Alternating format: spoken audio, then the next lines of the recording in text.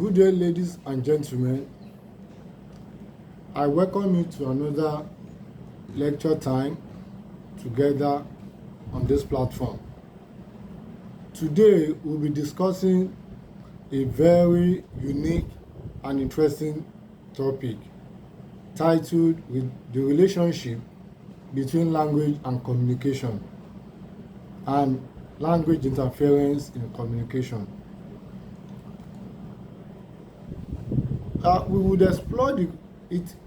explore the crucial relationship between language and communication. Now, communication and language is oftentimes confused to be the same. Interestingly, the two concepts share striking similarity,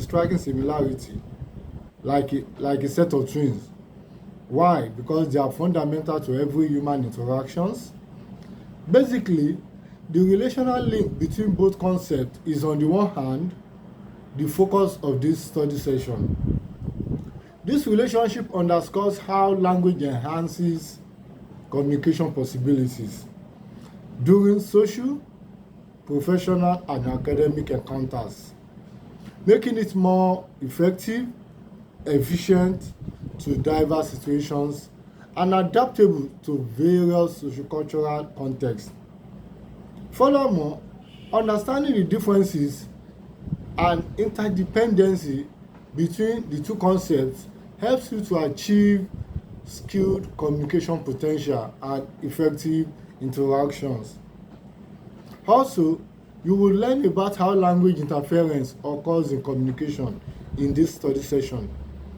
It provides you with ample examples of how certain linguistic elements constitute communication barriers in real-life situations.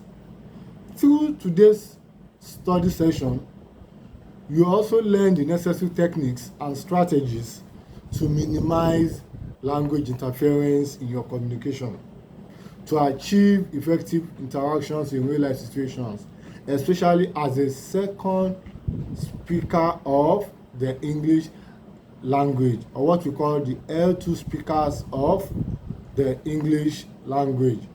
Now, let's delve into the real topic, the relationship between communication and language.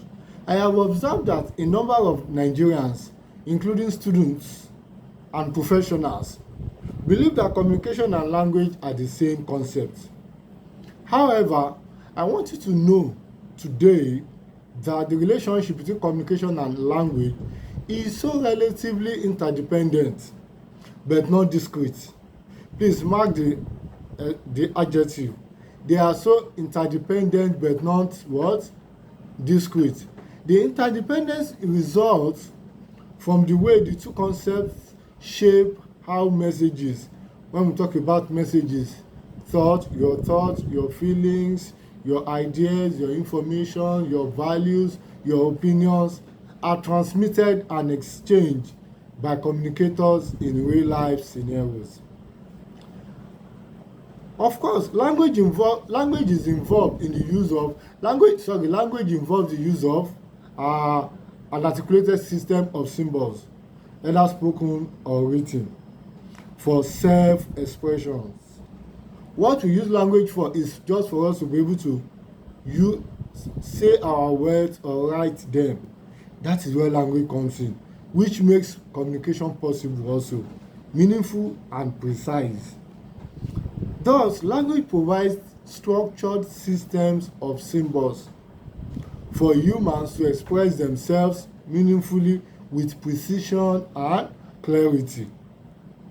Interestingly, communication predates language in terms of creation. As humans evolve and advance over time and spaces, particularly with the ages of agrarian interests, industrial necessities, and technology inventions, language has emerged as part of communication media for self-expressions. Note that without language, communication will be restricted or will be restricted to using bodily expressions, gestural signs, audiovisual sensory channels, spaces, timing, and tactile. When I talk about tactile, I'm referring to touches. For expressions, making human interactions more complex and difficult, eventually limiting our capacities as humans to be creative in interactions during social encounters. So that's where language comes in a communication encounter. Language helps us to be able to structure our communication system in an effective and meaningful way. Now, this is why the relationship between communication and language is symbiotic in nature. Now, this close affinity between communication and language underscores a symbiotic and interdependent relationship, which means we cannot divulge language from communication completely, and we cannot also say language can exist without what? Communication, and without serving as a communication medium. For instance, language is a veritable tool for communication. I take it again. Language is a veritable tool for communication. While communication is a ubiquitous process in human interaction. Ubiquitous in the sense that it happens everywhere, anytime, anyhow. So communication is like a big umbrella that contains several contents such as touch, bodily expressions, tactile, time, space, and language. So all of these come together to form our communication experiences. And one of them is the use of language. Now, in summary, language involves the use of verbal codes. Verbal codes, when I talk about verbal codes, I'm referring to words. While communication encompasses both verbal and non-verbal elements, both verbal codes and non-verbal codes, in transmission and exchanges of intended messages. For example, you can say good morning and prostrate or kneel down while greeting your parents or an elderly person in Yoruba culture. The combination of the verbal code, good morning, and kneeling down, your bodily expression, as a cultural form of greeting, underscores the interdependence between communication and language. So, when we talk about the relationship between communication and language, we are looking at an inseparable twins, because each of them contributes to each other and what helps each other to be meaningful and effective. Because for you, language is needed for you to achieve precision and clarity in communication. While communication can also take place meaningfully and effectively through the use of language. So both of them are like an inseparable twins, a set of inseparable twins that cannot be divorced from each other. Having said that, I will now progress to the next topic: language interference in communication. When we talk about interference, what do we mean? When we talk about interference, we can talk about obstacle, we can talk about blockage, we can talk about hindrance. So I've used three terms: obstacles, blockages, or hindrances, to make something achievable or to make something possible. I'm looking at interference. Like I often use an example when I'm talking to my students, that there is a difference between interference and intervention. Interference and intervention, there is always a difference. Interference versus intervention. What is interference? Interference constitutes a barrier or a hindrance to achieving something, while an intervention is ensuring the smooth running or the smooth sailing of something in order to achieve a set goal. So I had an experience. I often use my experience one day in one of the examination hall that I was the principal invigilator.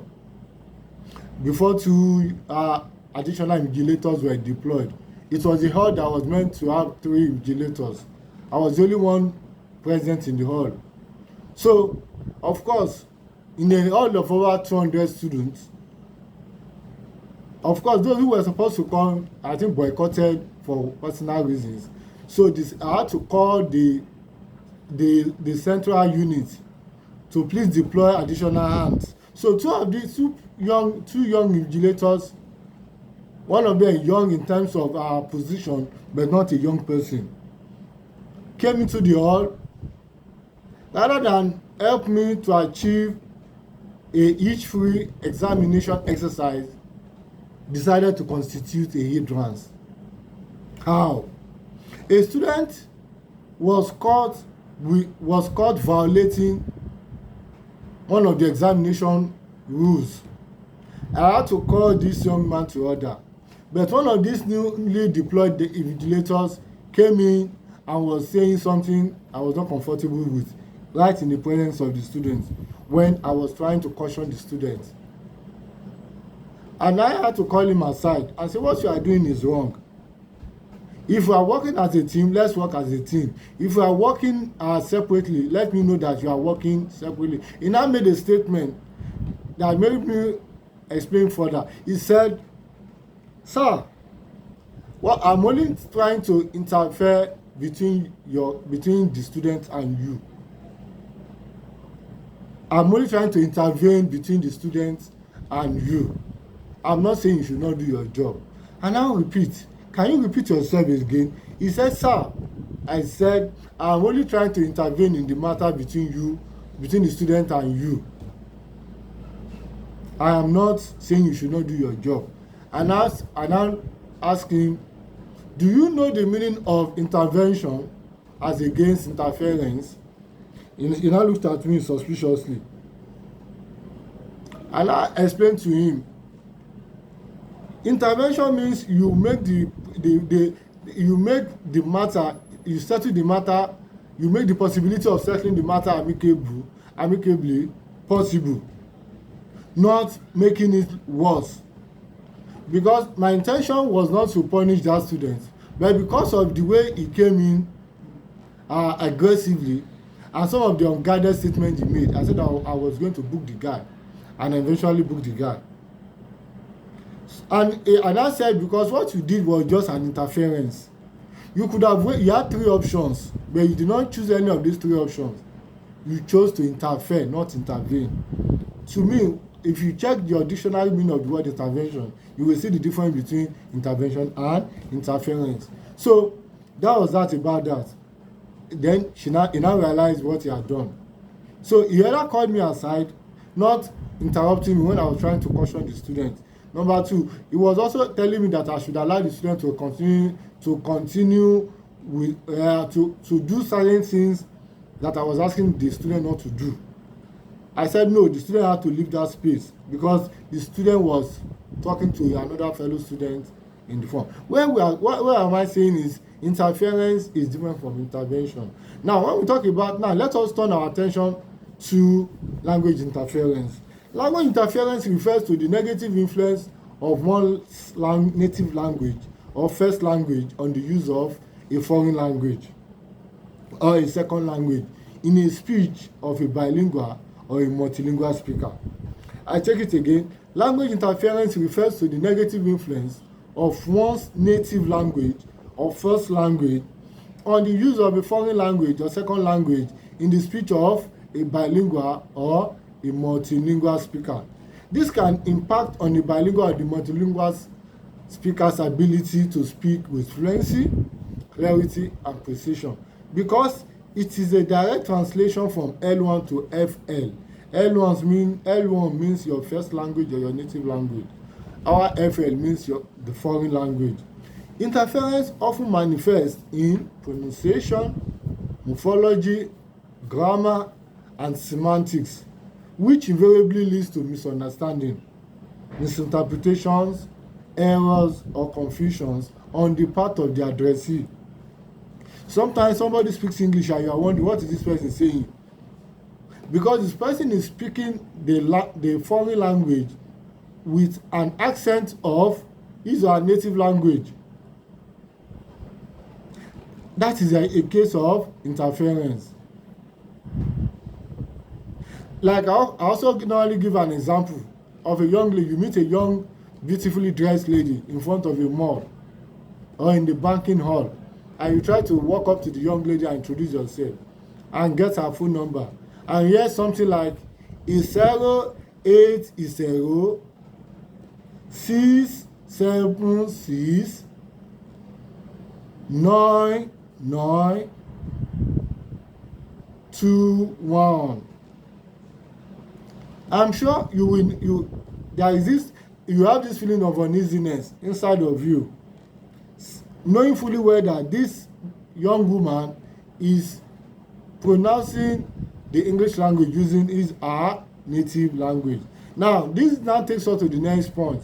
What are the impact of language interference in communication? I want you to know that the interference occurs at different levels of language analysis, as I will discuss now. The first one is phonological interference. This occurs when the phonemic system of the bilingual or the multilingual speaker's native language interferes with the pronunciation of words in the foreign language. This occurs when the phonological interference occurs when the phonemic system of the bilingual or multilingual speaker's native language interferes with the pronunciation of words in a foreign language, particularly the English language. For example, when a Yoruba English bilingual speaker pronounces the word church as saucy, it is one of the examples of phonological interference. Or another example is when an Igbo English bilingual pronounces the word oil as oil. Or a Hausa English bilingual pronounces the word 50 as 50. This morphological interference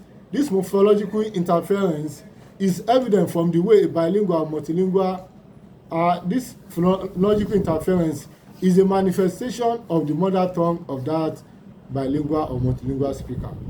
Number 2, morphological interference.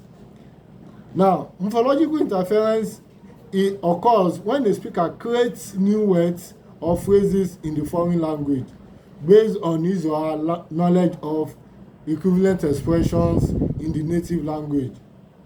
When a Yoruba bilingual says meat seller instead of a butcher, why? That knowledge comes from the Yoruba knowledge of anybody who says something is described by what he or she sells. For example, if I sell water, there is the Yoruba expression is olomi. If I sell fabrics, the Yoruba expression for describing me is alasho. So that's Yoruba English bilingual. Now that's Yoruba English bilingual. Now transfer that knowledge into what? English by saying meat seller, ẹlẹ́ran, creating the word the phrase meat seller from the word ẹlẹ́ran. Whereas when you say that to a British or an American speaker of the English language, it becomes what? It becomes very impossible for that English or British and American English speaker to understand what you are saying, because they are not familiar with meat seller. What they know is the butcher and other examples. Then the next one is the grammatical interference. Every language has its own independent set of grammar rules based on conventions. Grammatical interference occurs when the grammar rules of a native language interferes with the foreign language in the speech of a bilingual or multilingual speaker. For example, a Yoruba English bilingual may say, I am hearing you, mo ń gbọ́ ẹ, instead of saying, I'm listening to you. Or he may even say, I am coming, while he is walking away. They are calling you, while he's actually referring to the father or the mother calling the person. All of this come to play when it comes to what? Grammatical interference. Then, the next point is semantic interference. Semantic relates to how meanings are assigned to words or expressions in a language. Semantic interference happens when meanings are assigned wrongly to certain words or meaning of words. Sometimes it could be meaning extension or meaning extension or regeneration of meaning, or newly created meaning assigned to words. For example, when a Nigerian speaker of English says, "My husband is monitoring my movement," instead of saying, "My husband is stalking me." So it is an example of semantic interference in which the meaning of the word monitoring is extended to mean stalking. I will follow you when you are going to the cinema. I will follow you when you are going to the cinema. Instead of saying, I will come with you when you are going to the cinema. The word follow now comes with, has now been extended to, has been recruited to mean to come with. Tunde and Temitayo are tight friends. The word tight is now being given a new meaning to mean what? Intimate friends. So these are instances of semantic interference. Now, we have looked at the 4 points now. We have looked at 4 impacts of language interference in communication. It can occur at the level of phonology, morphology, grammatical, or semantic. Now, what are the tips for overcoming language interference in communication? What are the tips? How can I, as a bilingual speaker or a multilingual speaker overcome language interference? As you already know, that to every problem there is a solution. The following tips will help you to improve your communication skills, minimizing or eliminating language interference when you communicate in the English language. Number 1, exposure. I repeat, number 1 tip for overcoming language interference is exposure. As a non-native speaker of the English language, you are advised you should pay close attention to how native speakers of English pronounce words during communication, particularly paying attention to and mimicking their intonation and stress patterns. This will help you to improve your pronunciation a lot. For instance, you should listen to reputable international news broadcasts such as CNN, BBC, or Deutsche Welle or Al Jazeera. Listen to their news podcasts or listen to even English football live commentaries. It will help you a lot because let's even talk about foreign documentaries. You should also watch cartoons. Yes, some of these cartoons that our children watch, they speak good English. Some of us avoid because looking at it it's for children. It's a way you want to listen to the utterances or statements, the dialogues of those cartoon strips. It will help you to improve your communicative behavior in the English language. So all of this so you have to expose yourself. You have to expand, move yourself far beyond your comfort environment, so that you'll be able to speak with fluency, clarity, and intelligibility. Apart from exposure, engagement. Number 2, second tip is engagement. You should be engaged constantly in conversations in the English language, in real life situations, with native or fluent speakers of the English language. You may be saying, are you saying I should travel to the UK or America? We have good speakers of the English language that you know them, either in your class, either in your neighborhood, or as your family members. Engage in conversation with them. Listen to how they speak. Watch news. Listen to how people engage in activities that involve speaking the English language. More importantly, reading good books published in English would also help you to, especially published by brilliant foreign writers or local writers, would engage and sustain your thinking in the English language. Consequently, your constant involvement and engagement in speaking and reading would not only expand and enrich your vocabulary, but also help you to achieve some levels of communicative competence. Then number 3, self-awareness. The third tip is self-awareness. You should be aware that language interference in communication is a natural occurrence. It is not a sickness or a viral disease. I repeat, language interference is a natural occurrence, not a viral disease. What do I mean by natural occurrence? It occurs because we are not we are not native speakers. As Africans, we are not native speakers of the English language. The language was brought down to us, to our continent, for us to acquire it. Even some of us, even after we have grown up. Okay, I think I encountered the English language when I was in the secondary school. Not like today when we have children in nursery classes being exposed. So what we are trying to achieve is that you have to be self. Once you know that you should not see yourself as somebody who suffers from language interference because there is a diabolic problem or there is a pathological issue with you. No, it is a natural occurrence.